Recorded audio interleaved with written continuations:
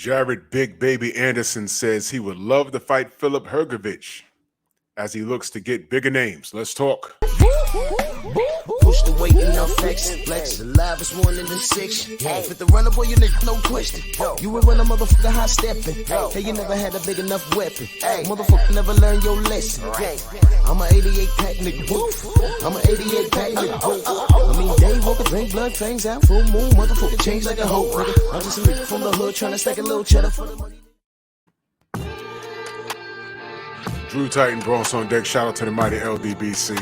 So, boxing scene link will be in the description. Reading this little article about Jared Anderson. He says he would love to fight Filip Hrgovic. He's looking to get bigger names. He fought this weekend. Did pretty well. I saw some very minor things he needs to tweak. I'm not sure if that was due to ring rest because he's been out the ring for some time, but he got the job done. It says here Jared Anderson wants to fight Filip Hrgovic next. I like that fight. But Anderson realizes that might not be a realistic option. The hard-hitting Anderson believes he is ready to knock off an undefeated heavyweight contender like Hrgovic in his next bout. He just isn't sure that Hrgovic would want to risk his top spot now that the Croatian contender has edged previously unbeaten Chinese veteran Zhang Zili in an IBF elimination match. Now, for those of you that saw that fight, that was followed by a little bit of controversy, but y'all go look at it and tell me what you think. Anderson, 12 wins, 12 knockouts of Toledo, Ohio, mentioned Hrgovic specifically during his post-fight interview with ESPN's Bernardo Osuna on Saturday night in Tulsa, Oklahoma.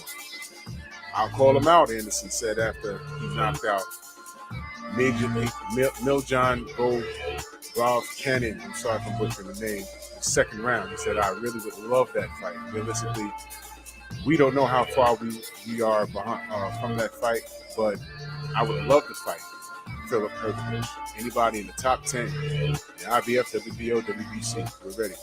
We're just looking to get some bigger names. You know, everybody keeps asking for bigger fights for me, and I would love to have those fights. The emerging Anderson, 23 years old, is not ranked in the top 15 by the IBF, WBA, WBC, or WBO. His easy victory over Serbia's Ralph Cannon, who was a 25 wins, 3 losses, 16 knockouts, was Anderson's first fight in 8.5 months ago because this was due to a hand injury. I didn't know that. It forced him to withdraw from a fight against Germany's Christian Hammer. That I remember. I just didn't remember what the injury was. That was supposed to be part of Tyson Fury, Dillian White's undercard, April 23rd at Wembley in London. Hrgovic, 15 wins, no losses, 12 knockouts, is expected to move up from the third spot in the IBF rankings after defeating Zili by unanimous decision in their 12-round, what was that, August 20th. It was just a week ago. It was on the Usyk AJ undercard, as a matter of fact, in Saudi Arabia. The 30-year-old Hrgovic, who withstood a first-round knockdown and other troublesome moments in the elite, is also 12th by the WBO and 14th by the WBC. Sometime early next year, I'm told BoxingScene.com, before Anderson defeated Ralph Cannon, we're going to make moves to fight guys like Hrgovic, Chinese contender Zili, that class of guy. Regardless, Anderson will return to the ring before the end of this year, perhaps on the December 10th card at Madison Square Garden that'll likely feature former lightweight champion Teofimo Lopez in the main event. Just expect to see me real soon. Real soon, Anderson told Osuna. And never see me out of the gym. Link will be in the description. That's the article. Here's my opinion. First and foremost, Jared Anderson is the real deal.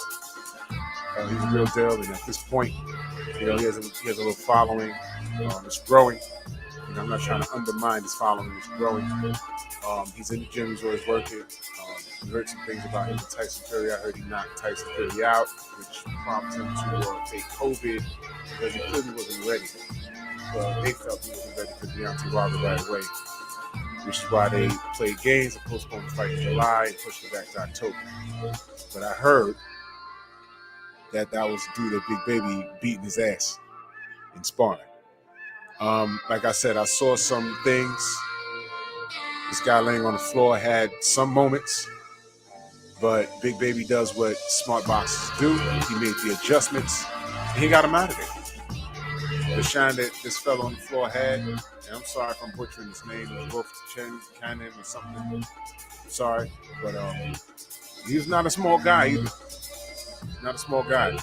He got him out of there. Big Baby has great punch placement. He's a big guy. Good hand speed. Really good power because he's 12 and 12. And I don't mind throwing him in there with top tier opponents at this point because A, he has a great work ethic. B, I'm starting to hear stories about his work ethic in the gym. He's taking the sport very serious. And C, why not? Why not?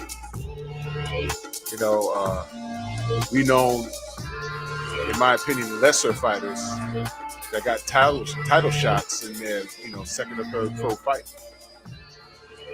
And how they justify it? They talk about 1 million fights in their amateur career. I'm fed up with the bull. So I don't mind Jared Anderson getting the shine that he does. Is he ready for the top tier guys? I mean, do we pay attention to the rankings or not? Do we tell him you'll wait your turn, you're low in the rankings, you're not ranked here in the IBF, the WBA, the WBC, the NBA, you're on ABC, you're not ranked? Look, man, if this guy has a fan base, and he's giving you these knockouts, you see this man on the floor, do what you guys always do. Manipulate the rankings, move him up, and get him a shot. I know F.A. Jogba fought. Look, put him in there with one of those guys or something like that. There's options out there. He's getting airtime and he's producing. It's 12 and 12. So let's see what he can do. I think he beats the crap out of Hrgovic. I was not impressed. I mean, they were putting a lot of stock in Hrgovic just a week ago. You know what I mean? They were putting a lot of stock in him. They was talking about, people are ducking him. And okay. A lot of stock in him, and he got dropped by the shot. And not for nothing, I didn't pick well, he didn't win. Zay Lee, I didn't pick him to win. He didn't win, but, I watched the fight, and there was some controversy. It was more than just Hrgovic having an off night. It's like, carrot before the horse. Maybe Hrgovic is not as good as they put him out to be. But based off of the eye test, the infamous eye test, Big Baby is better than those guys that they're trying to put on Front Street. Like Z Lee, whatever this fella's name is, and Hrgovic. Big Baby's better than all of them. Down the line at Madison Square Garden, if he's going to fight on Teofimo Lopez undercard, I would like to see the battle of the Big Babies. Big Baby Anderson versus Big Baby Miller. Now, sign it and I'll talk about it. You know what I mean? But Jared Anderson is doing everything he needs to do. He has a gimmick coming to the ring every time. In the heavyweight division, I like new blood in it. So this guy, and dare I say, is he a total package? I don't know yet, but so far so great. You know what I'm saying? He's producing. So now let's up his level of competition and see what's going on. If Daniel Dubois keeps winning, he gets back in the driver's seat. I was saying that these guys was on a collision course. You know what I'm saying? You want to get AJ back in the driver's seat. If you can stop the growth of a Big Baby Anderson, see if you can do it. But you already know what I'm going to say. Jared Anderson beats AJ's ass. But, whatever. That's just me. But y'all let me know what y'all think. Bronx on deck. Move!